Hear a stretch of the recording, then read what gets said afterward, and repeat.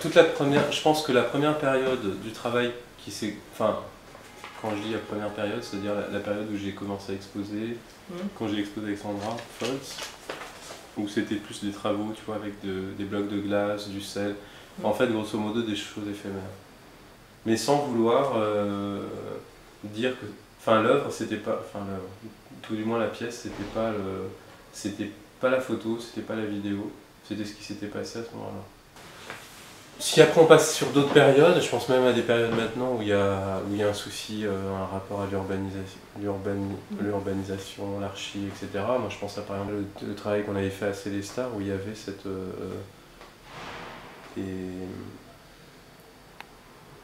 les lustres qui étaient en extérieur, tu vois, ce même rapport un peu à l'espace de déplacer.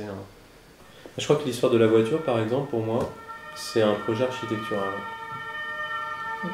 C'est tout d'un coup, quand tu en parlais, je me dis, la voiture, de toute façon, c'est vraiment la délimitation d'un territoire privé, au sein de l'espace, qui est mobile au sein de l'espace public. Le seul contact que tu peux avoir avec l'espace public, c'est les roues. C'est comme si c'était un espace en lévitation, quoi, un espace privé en lévitation. En même temps, c'est peut-être la mobilité des... je sais pas, je repense par exemple à ce qui se fait, à ce que j'ai présenté à Sénart, là, avec l'histoire du bac là, qui fait l'aller-retour. Et l'idée que cette volonté en fait, de déplacer un objet en fait, qui traverse trois espaces, l'espace privé, l'espace de la voie publique et puis un espace forestier. Donc avec le constat assez simple que c'était une forêt qui était complètement ceinturée, qu'il n'y avait pas d'espace tampon en fait entre la forêt, dans plein d'endroits, dans plusieurs endroits, pas dans tout, entre l'espace de la forêt et l'espace d'habitation de la ville. Donc la confrontation, elle était vraiment très, très brutale. Et donc partir un peu sur cette idée de frontière, de colonisation, et effectivement, à travers ce bac Riviera, d'avoir un peu un objet qui était dans lequel on pouvait investir un peu tous les fantasmes de s'étendre de l'autre côté de la frontière, qui est en fait là pour l'instant la route communale. C'est vrai que ça fait écho par exemple au lacet, les lacets, c'est-à-dire un travail vraiment qui est en fait une vidéo et qui a donné lieu aussi à une photo où il y a une personne qui fait le tour de la place de la République à Paris avec des lacets de 3 mètres. Donc un questionnement là pour le coup fort entre le privé et le public et de se retrouver tout d'un coup avec une extension territoriale au bout des pieds, quoi, et puis de la confronter avec les autres. Dans l'échange qui est proposé avec la table de ping-pong, il est presque... il est clair au sens où c'est une hybridation qui est vraiment... c'est-à-dire l'hybridation, elle vient de deux pôles, quoi, le billard et le ping-pong. Et là, à ce moment-là, c'est pas tant au niveau de l'objet qu'au niveau de... puisque c'est un peu...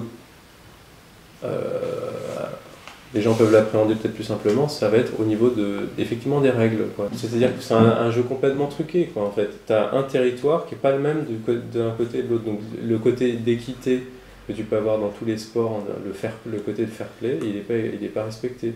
Donc les deux parties sont... il y en a un où il y a beaucoup plus de trous que l'autre, avec des trous plus grands. Donc forcément... donc c'est déstabiliser les règles. Déstabiliser les règles, ouais. C'est vrai que là aussi tu peux te poser la question du spectateur, elle revient là pour le coup, mais qu'est-ce qui...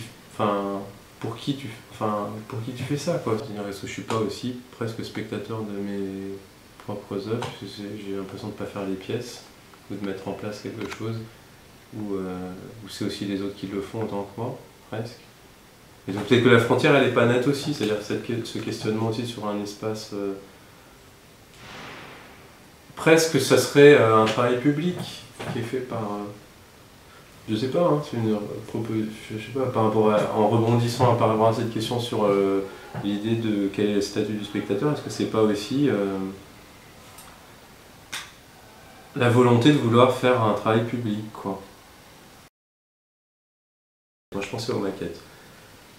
Maquette c'est tout le temps le même module, donc là, et qui travaille sur différentes strates de la topographie imaginaire d'un sol, c'est-à-dire soit enterré, soit au-dessus, soit ouvert, qui est toujours un peu cachée, mais je sais pas, cette idée d'un peu, en tout cas celle-là, de se retrouver un peu dans l'idée de souricière, tout du moins d'être... Et ça reflèterait un état d'esprit à un moment donné? Ouais, c'est vrai que je suis très... je suis peu loquace quoi, sur ces boulots.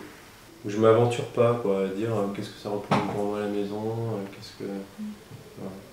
Mais ça, c'est un truc quand même qui a une situation particulière dans ton travail, quoi. Ah oui, qui n'a jamais été montré, que je fais depuis longtemps. Enfin longtemps, tout est relatif, quoi, quelques années, qui n'a jamais été montré. Qui pourtant est fait avec méticule. Enfin, j'essaie d'être méticule. Pas de traces de colle. Mais je suis pas trop dans cette histoire de dire voilà, bon, la maison pour moi c'est tel symbolique. En fait, je crois que j'en sais rien, mais je veux pas le savoir non plus. Ça m'intéresse pas.